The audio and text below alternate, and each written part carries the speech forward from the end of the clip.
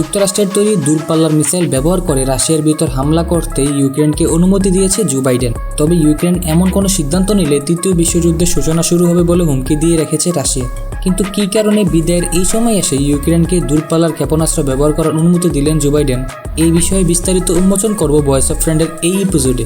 চলুন শুরু করা যাক।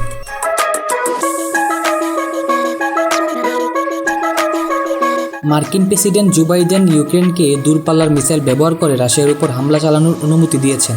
যুক্তরাষ্ট্রের এমন সিদ্ধান্তের প্রতিক্রিয়া রুশ আইন প্রণেতা আলজাস ক্যাসাস বলেন, এই হামলা হলে তৃতীয় বিশ্বযুদ্ধ শুরু হয়ে যাবে। টেলিযোগে ক্যাসাস লিখেছেন, পশ্চিমারা উত্তেজনা এমন পর্যায়ে নিয়ে যাওয়ার চেষ্টা করছেন যেখানে সকালের মধ্যে ইউক্রেন বিধ্বস্ত হয়ে যেতে পারে।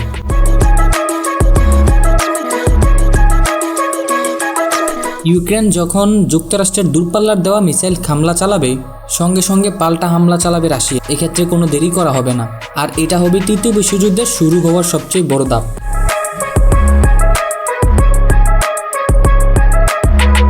গত সেপ্টেম্বরে রাশিয়ার প্রেসিডেন্ট ভ্লাদিমির পুতিন জানিয়েছিলেন, যদি পশ্চিমারা ইউক্রেনকে দিয়ে দূরপাল্লার রাশিয়ার হামলা চালায়, এর অর্থ হবে পশ্চিমারা সরাসরি রাশিয়ার সাথে যুদ্ধ করছে। পুতিন হুমকি দিয়ে বলেন, এই ধরনের পদক্ষেপ চলমান যুদ্ধের প্রকৃতি সম্পূর্ণ পরিধি বদলে দেবে। নতুন এই হুমকির বিরুদ্ধে রাশিয়া যথাযথ পদক্ষেপ নেবে বলে জানান তিনি।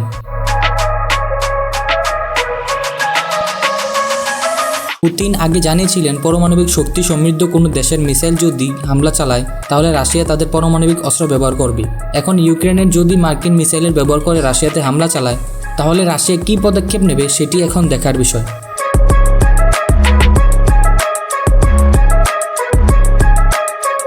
এর আগে নিজেদের অস্ত্র ব্যবহার করে রাশিয়ার ভিতরে হামলা চালানোর জন্য অনুমতি দেন যুক্তরাষ্ট্রের বিদায় নেওয়া জো বাইডেন। প্রায় 3 বছর ধরে চলা এই যুদ্ধে এর আগে মার্কিন অস্ত্র ব্যবহার করে রাশিয়ার ভিতরে হামলা চালাতে নিষিদ্ধ করলেও নিজের প্রেসিডেন্সিয়াল সময়ে এই নিষেধাজ্ঞা তুলে নিয়েছিলেন তিনি।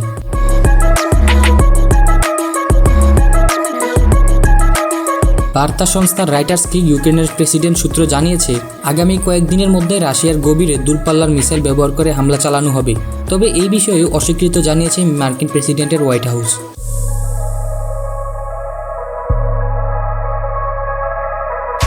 ইউক্রেন প্রেসিডেন্ট কয়েক মাস ধরে যুক্তরাষ্ট্রের কাছে এই অনুমতি চেয়ে আসছিলেন, যেন নিজেদের সীমান্তে অনেক দূর থেকেও রুশ সেনাদের অবস্থান লক্ষ্য করে হামলা চালাতে পারেন। ইউক্রেন সেনাদের সাথে লড়াই করতে আগে উত্তর কোরিয়ার সেনা মোতায়েন করে রাশিয়া, এরপর যুক্তরাষ্ট্রের পক্ষে এই অনুমতি দেওয়া হয়।